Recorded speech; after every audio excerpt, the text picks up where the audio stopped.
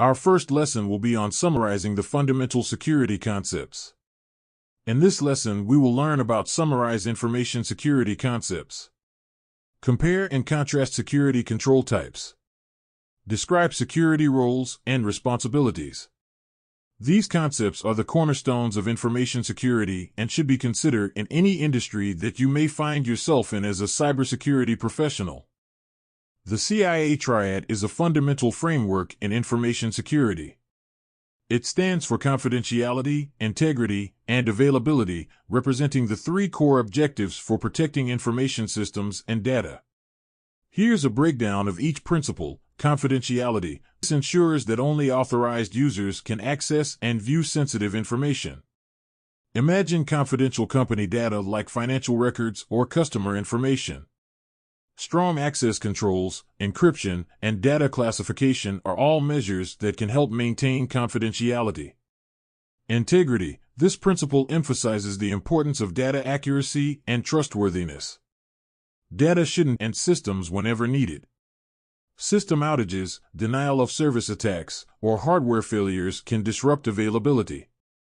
Implementing backups, disaster recovery plans, and having reliable infrastructure all contribute to achieving availability. The CIA triad offers a simple yet effective way to assess the security posture of an information system. By considering these three objectives, organizations can identify weaknesses and implement appropriate security controls to safeguard their data.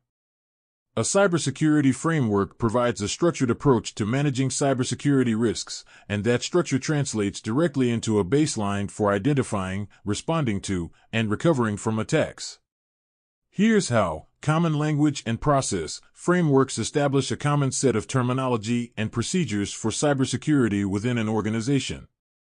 This creates a shared understanding among different teams on how to approach security issues. This common ground makes it easier to identify potential problems and communicate effectively during a crisis.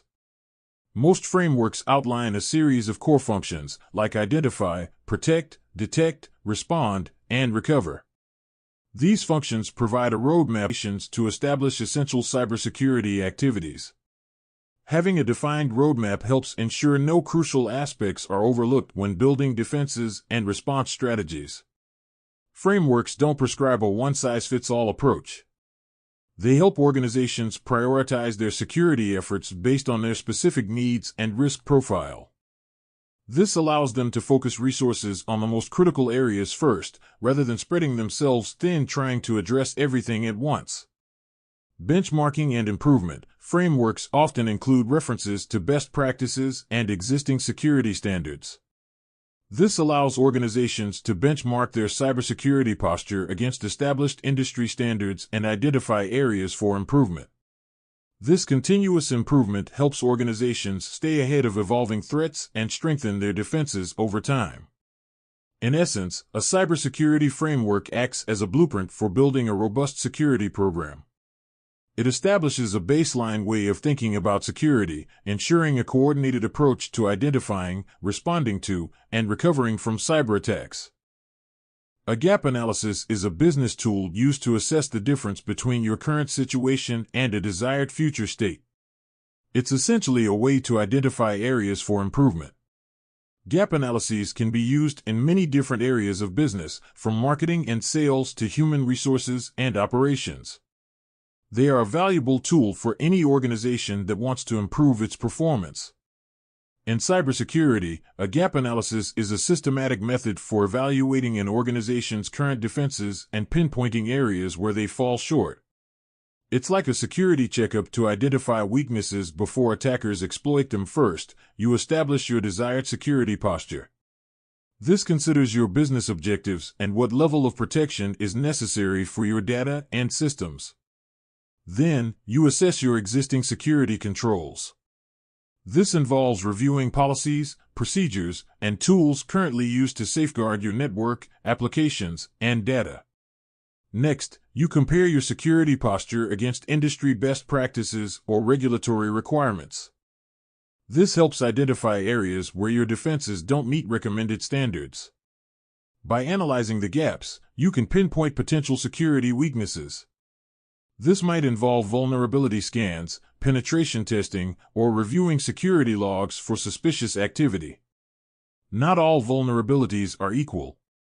You'll then prioritize the weaknesses based on their severity and potential impact on your business. This helps you focus resources on addressing the most critical threats first. Finally, you develop a remediation plan outlining steps to close the security gaps. This plan might involve implementing new security controls, updating policies, or improving security awareness training for employees. The findings and recommendations from the gap analysis are documented in a report for future reference. Access control is essentially a security system that regulates who or what can access something. It can be used for both physical security, like controlling access to a building, and logical security, like restricting access to computer systems or data. There are two main components to access control. First, we have authentication, which verifies someone's identity. Common methods include passwords, PINs, key cards, and fingerprint scanners. Then there is authorization. Once someone is authenticated, this determines what they are allowed to do.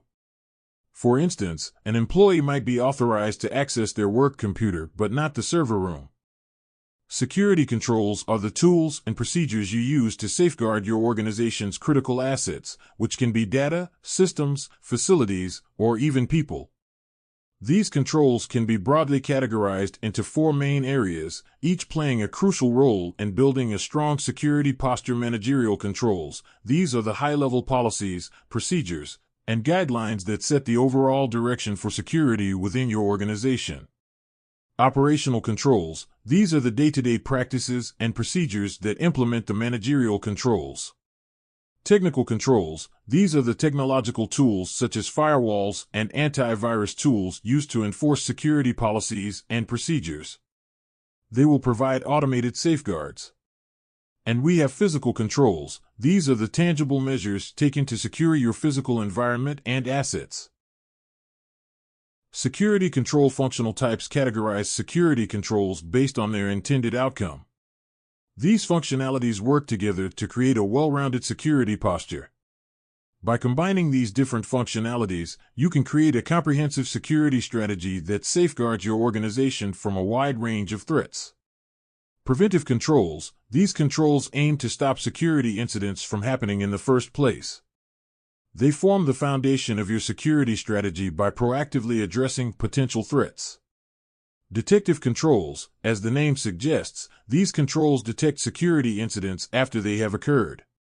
They help identify suspicious activity and potential breaches. Corrective controls. These controls take steps to recover from a security incident and minimize the damage. They focus on restoring systems and data after a breach. Directive controls. These controls provide guidance and instructions on how to implement security measures. Deterrent controls. These controls discourage potential attackers from targeting an organization in the first place. They make your organization a less attractive target. Compensating controls. These controls are alternative measures put in place to address existing vulnerabilities or weaknesses. They provide an extra layer of security when a primary control might be insufficient. Cybersecurity is a team effort. An effective cybersecurity team works together to protect an organization's IT infrastructure, data, and devices from cyber threats. The CISO is the executive responsible for the overall cybersecurity strategy and posture of the organization. They set the direction, develop policies, and ensure sufficient resources are allocated for cybersecurity efforts. Security analysts are the foot soldiers of cybersecurity. They monitor network activity, analyze security logs, and investigate suspicious events to identify and respond to potential threats. Security engineers design, implement, and maintain the technical security controls that safeguard systems and data. They configure firewalls, manage intrusion detection systems, and ensure systems are patched and up to date. Security architects plan and design the organization's security infrastructure. They consider security throughout the system development lifecycle to ensure new systems are built securely from the ground up.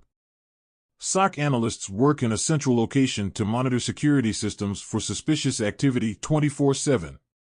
They analyze alerts, investigate incidents, and take steps to contain and remediate threats.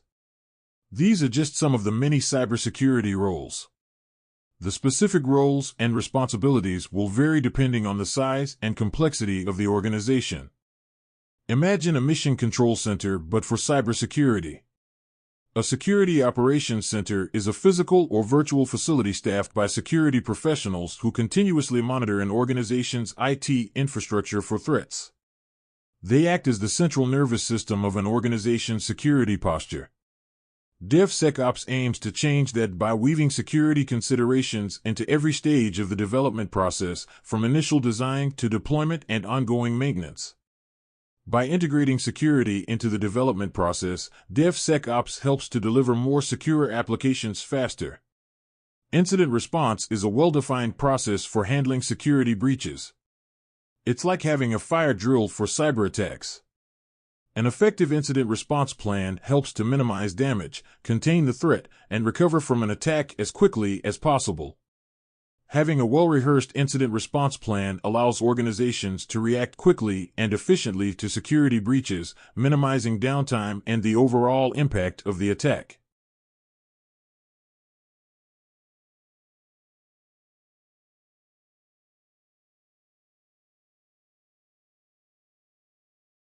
One of them up and then the other one in another tab. So just right click on one and just open it up in another tab.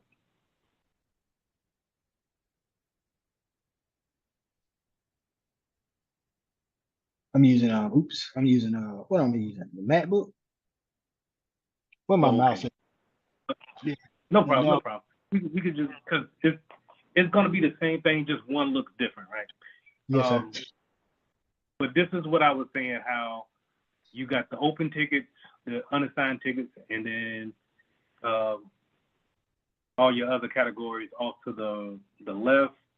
Mm-hmm. You got different categories at the top that you can use and navigate to. And I'll let you just, whenever you get free time, just go through everything, see what you got questions on, and just let me know. Yes, sir. But this is your typical help desk, service desk queue. If they, you get into a business and they say, hey, we done put 2 tickets in your queue, this is where you're going to go at and check those tickets, update those tickets, and then close those tickets. Yes, sir. All right. Now go to version 2 real quick, just to kind of show the difference. It's just an updated version. It looks a little bit more appealing to the eye with the little user icons off to the left, but nothing. It doesn't say anything different. So either you'll run into one or the other. You'll run into ones that we saved a little bit of money, so they gave you version 1, or we spent a little bit more money and we get a little bit more features with version 2. Yes, sir. Okay. But it's typically the whole same thing. Now, users normally don't see this side of the ticketing system. They see what you were logged into the first time. Okay. First time. That hey, you could submit a ticket here, and then they're able to check their tickets in that type of platform. But here, this is where IT people, we go and we check our tickets and then we update them. This is what you call the back end. I guess you could say it like that. Some people may use that terminology, the back end. Let me go and check my tickets, things like that. Any questions? No. I like this. This interface, version 2 interface, look a whole lot better than. Well, I'm not saying a whole lot better. Yeah, it's more streamlined, I guess. And go to RMM.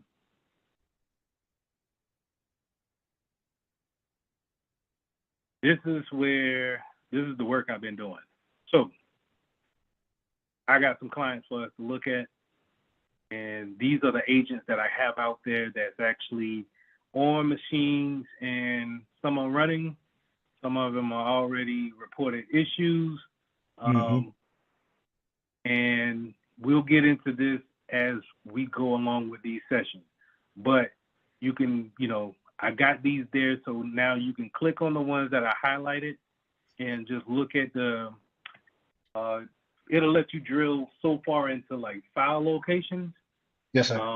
It'll let you remote into them, which I would not suggest. But Yes. this is not just me and my household. This is, I think, 2 other People. households. Yeah. Oh yeah. This is real. Whenever I say, hey, we have an application out there, we need to make sure this application is off all PCs that's under our care. You can go in here and we can look in the application part of them and then tell that endpoint to take it off. Okay. So we'll get to that. Yes, sir. Whenever those names, those computer names are highlighted, you can click in them and then, drill down into them to see the information that the endpoint has collected. Okay. So Okay. this is your typical dashboard. Well, this is my dashboard. Your dashboard is at the top, and I'll go over that in a minute. But this is what I go and look at my agents, see what's actually going on. All right, this is what I'm gonna check every morning to see who's out here wilding out, what I gotta do. I got some mobile devices. You see a couple of iPads in there. I even got a couple of Android tablets in there. And I got geofencing on them, so I know the locations of those tablets, those mobile devices. That's crucial for MDM management, mobile device management. So all those things we talked about in Security Plus, this is putting the rubber to the road here. I like this. All right. Now, if you want to put an endpoint on your machine, let me know, or you can just go ahead and download it. I did put this endpoint on some of my virtual machines as well. So, okay. Because remember, your virtual machines are, even though they're sitting on VirtualBox and may not be turned on, when they do turn on, they're connected to the internet, and they may be up to date and patched. They may not be. So it'll be good if you had an EDR system on it or an endpoint on it to be able to look at it from a high glance, from a high point to see what's going on with it. Okay. What I do then is I use the HP to spin up a virtual machine. Because the MacBook, I don't have enough memory of it. Even with a solid state hard drive, the extra one, I just don't have the extra memory. So I'm gonna spin it up on HP. I think I can create a server and a regular machine. And You as a security professional, you're gonna go through and see, okay, I got 10 alerts. What's going on here? And we'll get to this on why this is wilding out like that. okay. But this is, when you look down into it, this is your threat hunting at a glance. This is how you dig into what's actually going on with the vulnerability. What is the hacker trying to do? Not saying that this is being actively hacked right now, but this is how you threat hunt. This is how you look through and you see what processes is happening on that computer to see exactly what is the hacker trying to do. Okay. Okay. But you still get your, you get your little nice graphs. Yes, sir. Things to print out to people, getting an overlay of the network overall. So in our network for Mitchell Technologies, we got 2 Androids, at least 5 iOSs. Not at least, but we have 5 iOSs, at least 2 iPhones. I'll say that, and Windows machines. But I like this that it also breaks it down over into device types too. Yes, sir. When people ask you what's in your network, it's nice to say, hey, take a look at the dashboard and say, okay, yeah, man, No, we only got one server in the that we're tracking. So if you see another server that's out there on the network, then we need to take a look at that because we should only have one. Yes, sir. I'll go over ownership whenever we get to that, but it's basically you could set up different types of ownerships as far as let's say if it belonged to the legal department, HR department, so on and so forth. Yes, sir. And then the all important, what versions are we on? A lot of IT directors, CISOs will want to know what version that we're on. A key note to remember is that you probably want to be on the one version back than the latest version. Just because if we haven't tested out the new version, and let's say the new version is vulnerable, then and we already pushed it out to everybody, there's no way to really roll back until the new version comes back out. You get what I'm saying? Yeah, because you get hit with a 0-day exploit, and if you're on the new version, Right. you have to wait till a patch comes through to try to fix it. Right. So we want to stay one behind, and then whenever that new one, because we know a new version is going to come, right? So Yes, we sir. just whenever that new version comes out, we'll make a way and make sure that we're not vulnerable for the one that we're going to jump to. Okay. At least have some type of mitigation in place that if we're going to move up, that we can have something in place just in case we become, that vulnerability makes us more risk aware to risk acceptable to what we're comfortable with. Yes, sir. Now, All let right. me ask you a question. Yeah.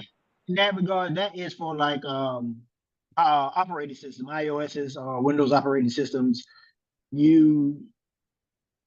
What I'm looking at here is regarding Android, Windows, and Mac OS operating systems that you want to stay one version behind. Is that what you were referring to? No, no, not in regards to that. But you can look at it. So we'll have a conversation about it, right? So if we're like in our network here, let's say we call this give me a business name. Harmon Enterprise. Okay.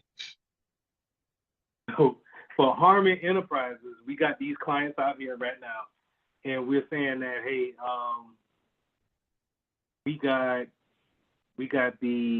we're on Windows 10, but we know Windows 11 is out here, and they're talking about actually moving up after Windows 11 soon.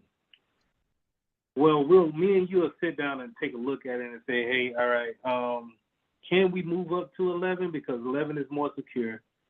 You'll say, yeah, we can. Any applications that can't work with 11? No, ally applications can. Okay, then it'll be better for us to just go ahead and eliminate the vulnerability of being on a later version of Windows and just move up to Windows 11. Yes, sir. Now, in certain cases where, like, I'm working for the industrial industry, a lot of our equipment, those conveyor belts, a lot of machinery can't work with anything but Windows XP. Yes, sir. But what do? We don't want to move up. Yeah, we can move up to Windows 10 or Windows 11 and leave XP up behind, but then we can't use the conveyor belts no more. Mm-hmm. So me and you will sit down and say, okay, all right, since we have to have XP, they can't be on the internet, right? Because the application could probably work without the internet. The application just needs to tell the conveyor belt just to move to the left, left. That's it. It doesn't need the internet for that. So we could just leave that computer on XP and cut off the network card for it. Make sure it doesn't have any network connectivity. Or segment it on the network. Put it in its own VLAN. Make sure it can't get out.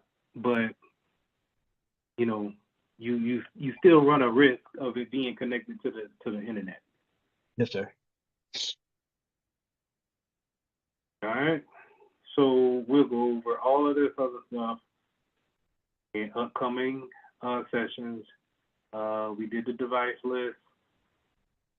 Good stuff here that you can click through. User list. Everybody here. All right. Now the configuration templates. This is like GPOs. This is how we tell the device how we want them on our network.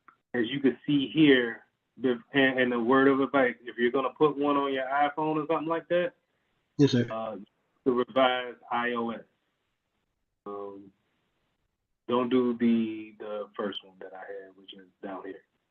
Okay. That's going to have you change the password like every 2 minutes. Feed me off. But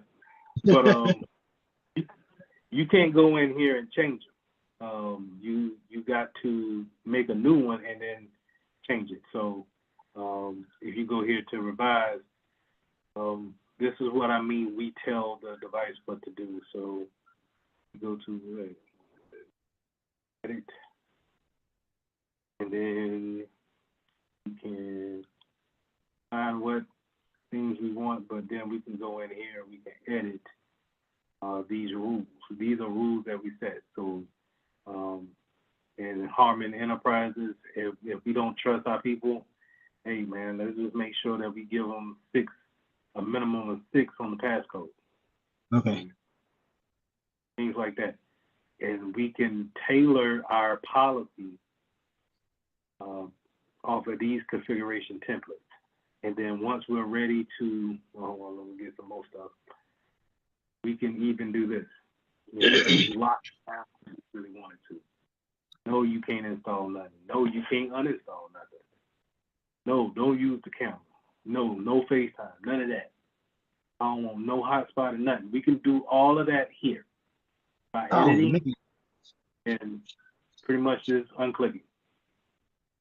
Okay. But then, once you do that, the way you get it to go to that computer, that iPhone, you have to download that app. So you have to download this endpoint. We'll go over that in just a second. But anyway, you got to download that endpoint on that device, and then you have to tell that device to look for this profile.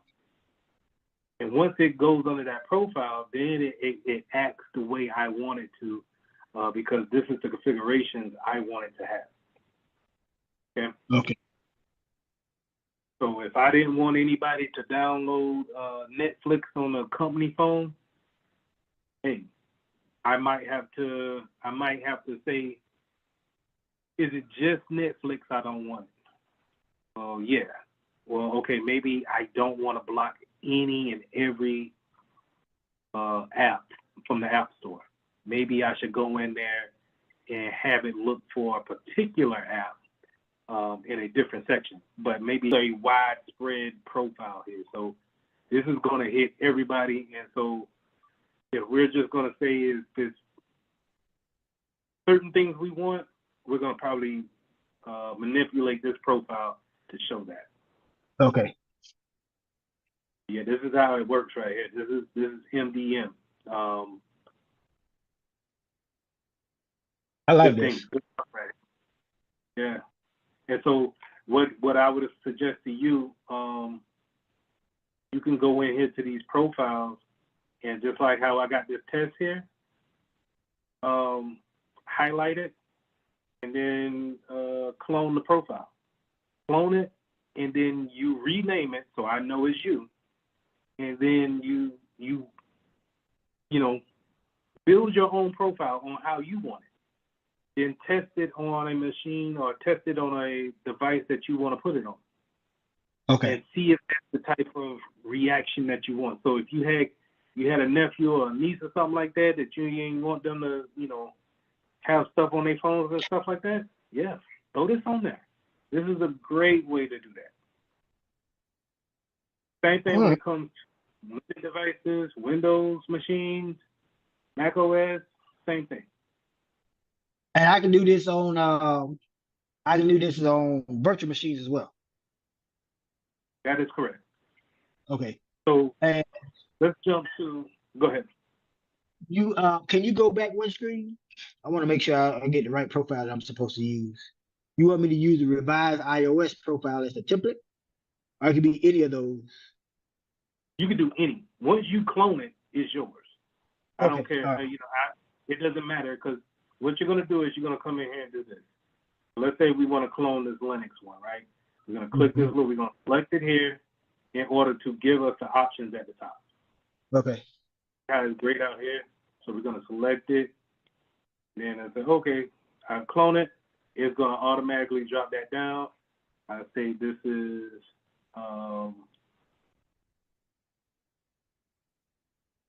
these tests.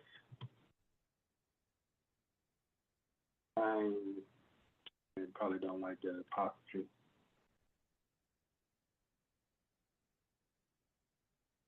Testing out this new clone it. Now it automatically throws me in, but now I can go through, and if I had me a Linux box that I wanted on this profile, I can go ahead and throw it in here. I can go ahead and configure my antivirus to scan whenever I feel like it. This is what I'm going to do. Schedule scan. Real nice stuff. Go to my updates. When do I want it to reach out for updates? Find access control. So that we can do enable the password protection. This is what we do whenever we're gonna, let's say we got a new client. Let's say, yeah, like you just joined the company. This is what I'm gonna do to your computer before I send you the computer. This is Okay. why you can't just do whatever you feel like doing once I give you the computer. Yes, sir. Because this is what we call locking down or hardening. I'm going to set the configurations up to what's the standard of the business. And then once I give it to you, and let's say you put in a ticket and say, I can't install iTunes on my my MacBook. Well, yeah, that's because it's not an authorized application for the business. I prevented you from doing that from the get-go. Okay. And it's done all here with these profiles. All right. All right. I like this right here. We'll get into data loss prevention too. This is good too. Yes, sir. But yeah, play around with these profiles whenever you feel like it. Or Okay. you know, if you got a question and you want to go through one next time, let's go through one and then we'll throw a couple machines in there and see how it reacts. See how long it takes for that machine to actually talk back to this server and say, okay, no, I'm not going to allow screensavers to be put on this machine. Then we go test it out and we see if it works or not. So the security part of it, the endpoint, and this is where the antivirus is highlighted here the most. I think this is a highlight of this Exidium platform, just because it's a response tool that not only can it scan and look for a virus, it can also respond to it and isolate the machine and so on and so forth like that. People are paying hundreds of thousands of dollars for companies just to have this type of technology on their machines. So having that endpoint there, man, it's a big thing. I think this is if I can get this into a school system or a small business, and we could see this on a larger scale, you'll really Yes, get to understand where I'm coming from when it comes to the value that comes along with it. Let me ask you another question then. Okay. I have Trend Micro and Malwarebytes on both my computers, laptops. Now, with Mhm. this, does it interact with Windows Defender or will it interact with Malwarebytes and Trend Micro? It will treat it as its own separate application. So it's not going to fight with those applications, but it's not going to work in conjunction with it. Okay. So those endpoints, a lot of endpoints can be on your computers at one time. So like Okay. here, I got Muninet on here, and it scans, right? But at the Yes, sir. same time, it doesn't talk to Obsidian. And then the reason why I don't like it is because I can't look at it from any place in the world. It's just like how you're logged into the platform and you could see the endpoint that's on this computer that I'm sharing with you right now. And say, hey, Yes, Mr. sir. Mitchell, I think we need to take a look at it. Something's going on in the back. You can't get that much information out of here. It's just pretty much, hey, did you do a scan today? Did you find anything? No. All right. Well, this does that too. It does the scan, but I'm also able to dig like we seen in the earlier listing of it in the, what was it? Your regular EDR, Malwarebytes, things like that. The company of, whoever works for Malwarebytes or Microsoft Defender, they will see something like this that could be able to dig further into the files. But us being able to see this type of stuff right here, Mm-hmm. gold, man. And then you can investigate. And once you start putting all this stuff together and, you have a case on, you have a hunch, you see something in your firewall rules that says that, you have some strange activity, and then you get to, okay, isolate that one machine. Let's take a look at the strange activity from the logs. Let's see if we can look at it here on the endpoint security portion of it. What did the endpoint see? And start digging down into it. Because more than likely, your regular AV scan is not going to see this deep into the files. Okay. Hey, you actually got a memory leak, or this doesn't look, this, for some reason at some point in time, this amount of traffic is always leaving from this directory, leaving out and going to this particular address on the internet, which says that somebody has already infiltrated and telling that that directory to send some information out to them. Your regular AV is probably just going to scan and look for signatures that they already know. Signatures are kind of like fingerprints of a known virus. Yes, sir. And that's what it's going to do. Hey, I don't see anything that I already know, so you're clean. This looks a little different. This looks deeper into it, and then if you had some people that know what they're looking for, then actually start to realize if you've been infiltrated or not. Okay. All right. All right. So now the applications. This is how, like I said, if let's say you read something and you say, hey man, I heard that the Zillow app was vulnerable on this version. Let's check to see who has it on their machines. And now you get a quick rundown of all the iPads that have Zillow on them. This bulk installation package is, okay, let's say if we were working at a big university. Yes, sir. And we needed to put these endpoints on 500 machines. Mm-hmm. We can come here and work with a package installer called SCCM or EMMC, I think. Okay. Anyway, SCCM, Software Management System. They use that to take the endpoint that we will give them and then push them out to like thousands and thousands of connected computers. And they do this pretty much overnight. So this is how if you had like a hospital, right? New hospital just been built. You have 500 machines get put in throughout the hospital. You're not going to image each and every machine.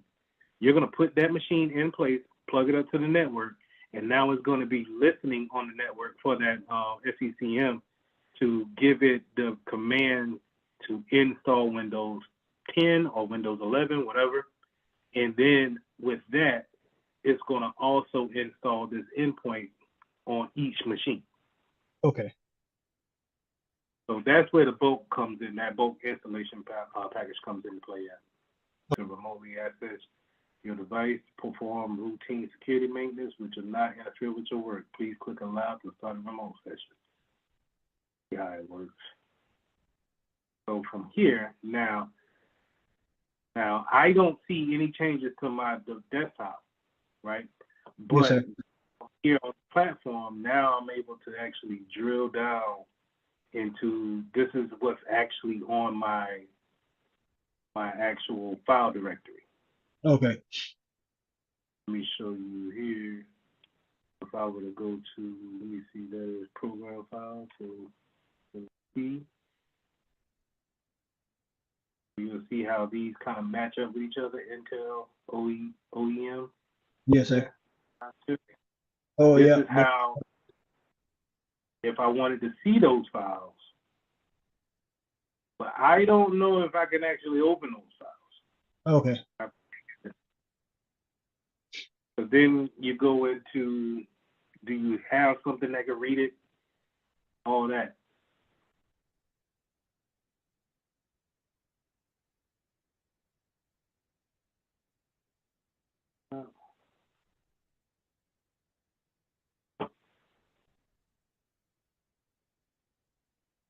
I can download the file. I downloaded the file. Now that could be, that's risky. I'm gonna just tell you that up front. When you, if you're doing this, right. So you want to do this and know exactly what you're looking for when remoting into someone's PC. Now this is just the back end. So even though it's just the back end and they can still continue their work, they were prompted that you connected to their PC and they had to give you control.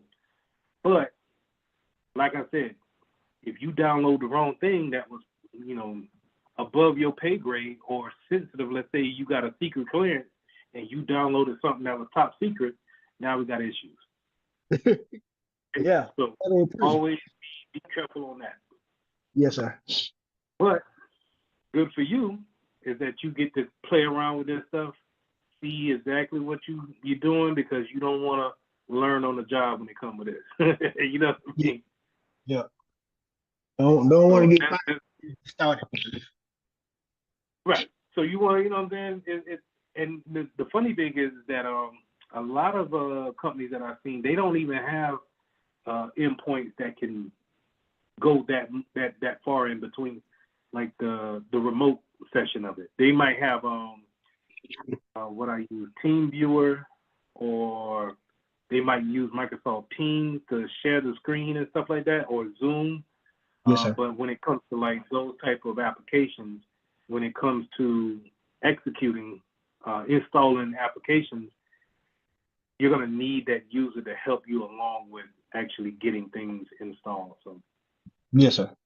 But I think there's still good stuff to look at and to learn. Do companies make rules about remoting into computers? Because like at a bank, I used to work at BB&T a long time ago. You couldn't just randomly open up somebody bank account.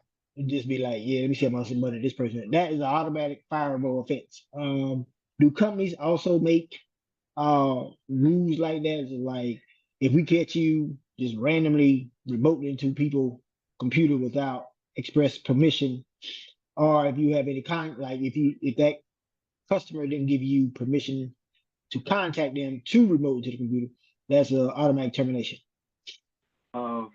Hey, I got this ticket for Emily.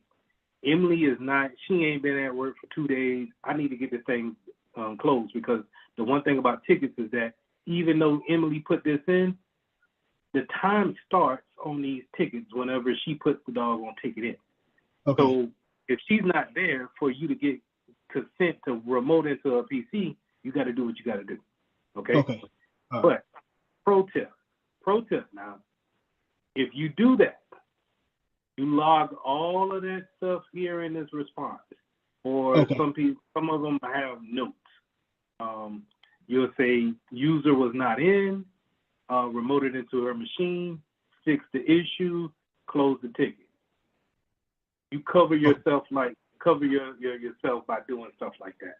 Now, yes, sir. Let's just go ahead and just jump into this one real quick.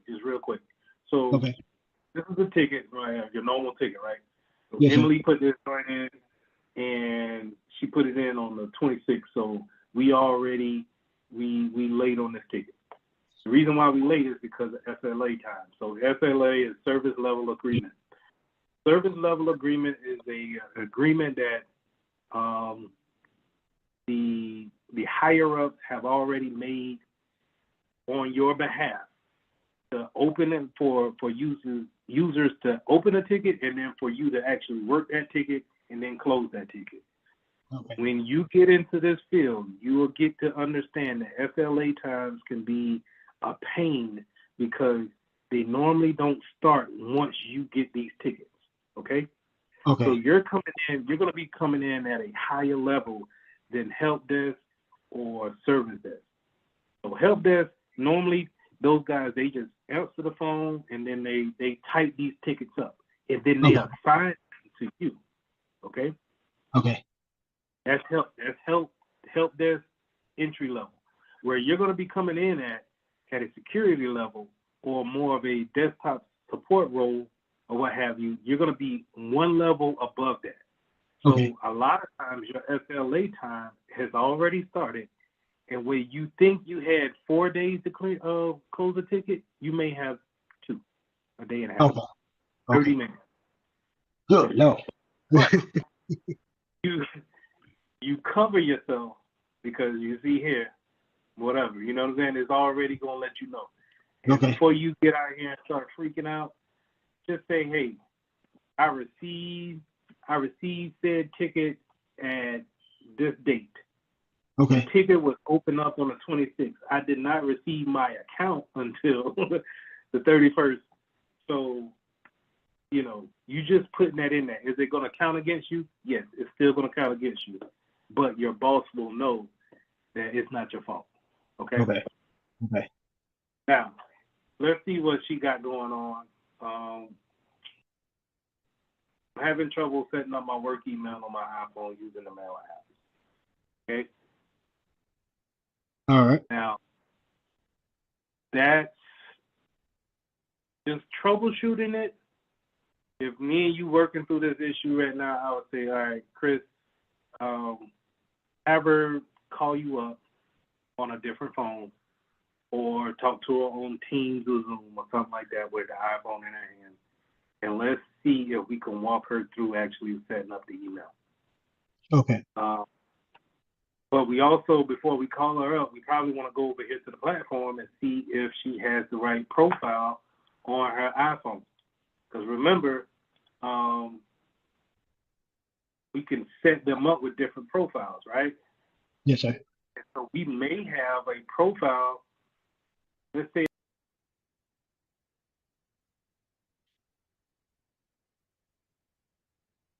we set them up with different profiles here, right? And let's say if you were testing one out and you accidentally threw her phone into this test profile, and now she can't set up her email because of it.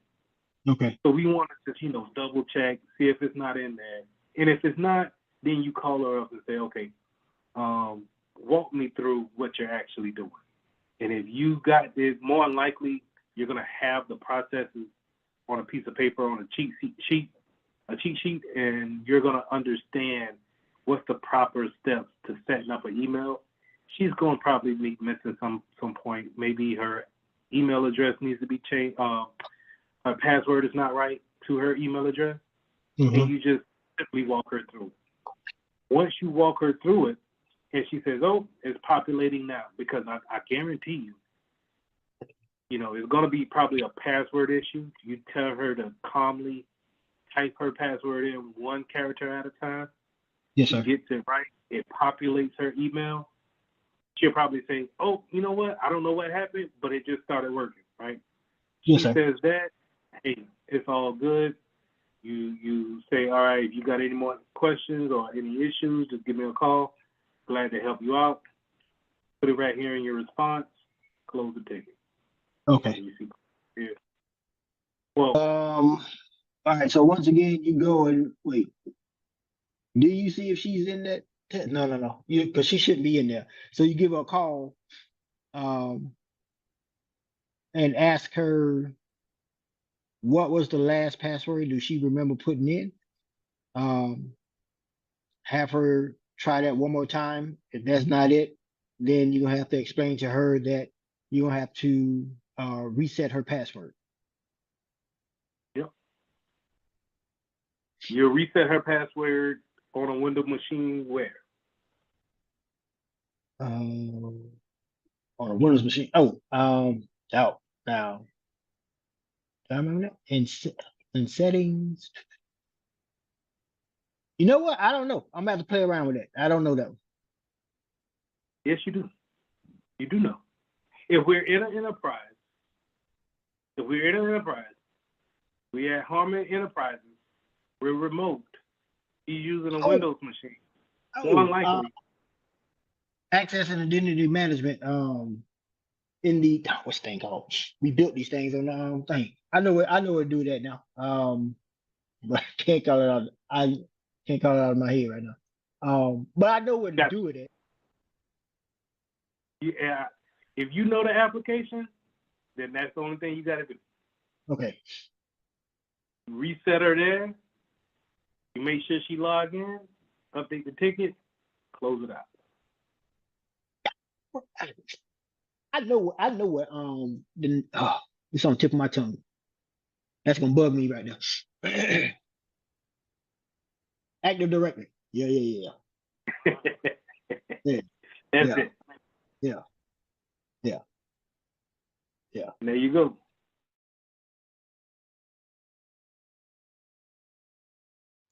So in lesson 3, we're going to start talking about performing security assessments.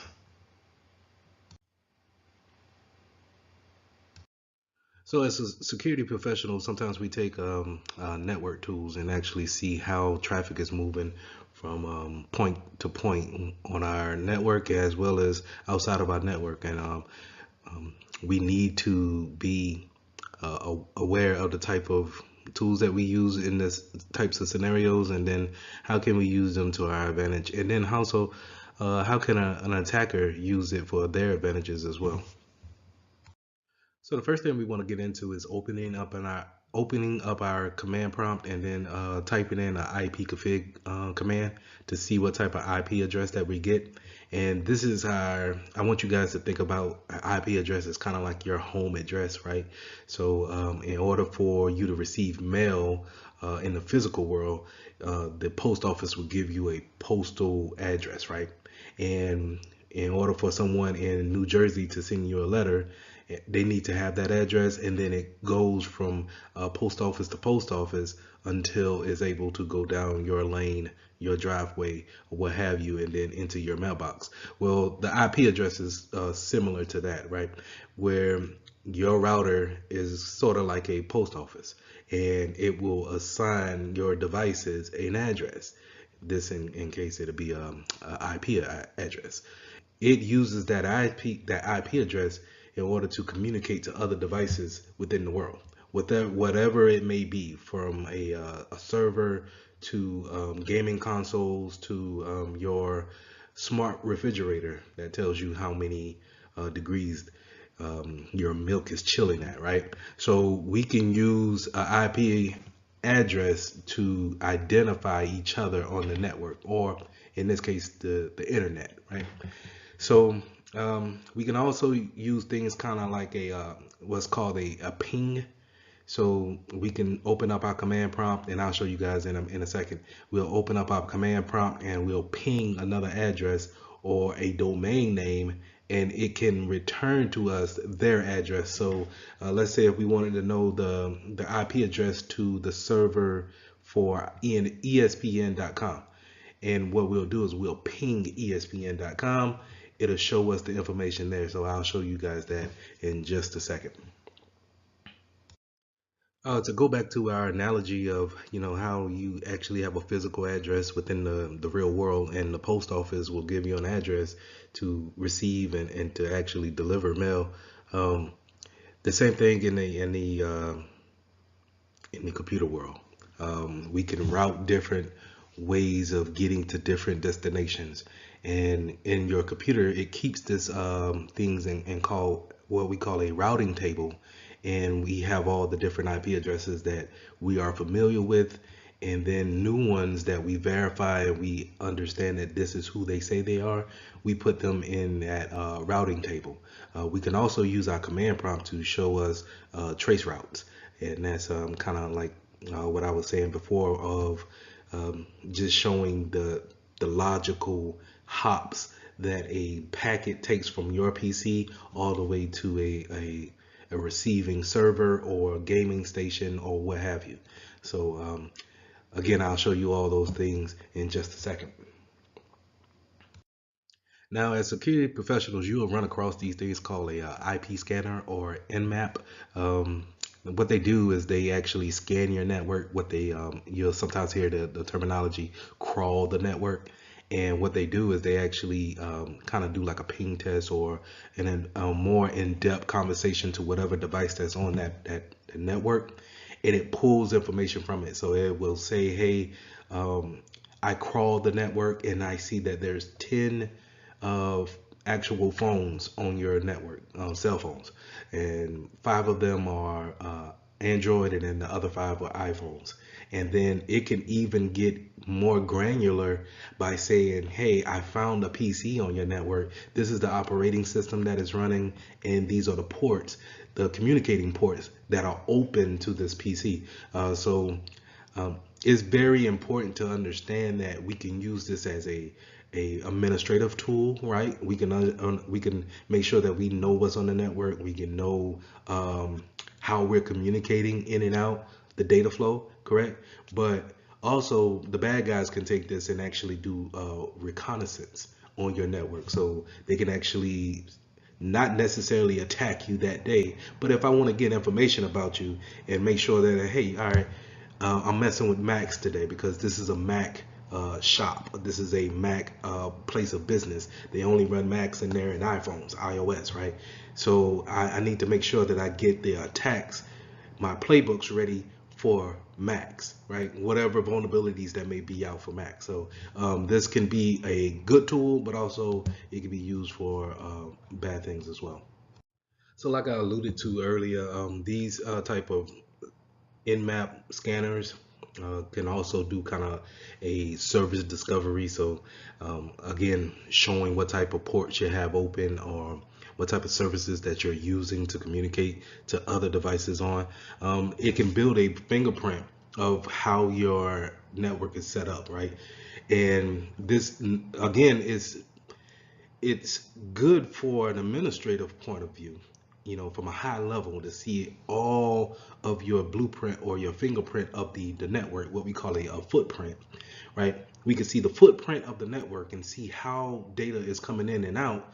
But at the same time, it's also bad if someone else knows about that footprint, because the things that we're focusing on today or this week may not be the things that your hacker or your attacker is actually focusing on. So it's kind of, You need to understand when you see traffic spike up, or services kind of degrade down, or they bog out, because when someone's running these type of scans, it can cause printers to actually accidentally just print out gibberish or random sheets of paper, or it could cause different types of PCs to slow down tremendously to the network, right? Because it's actually pinging, seeing that it's up, pulling the information, communicating with it, and that is what we call very noisy, right?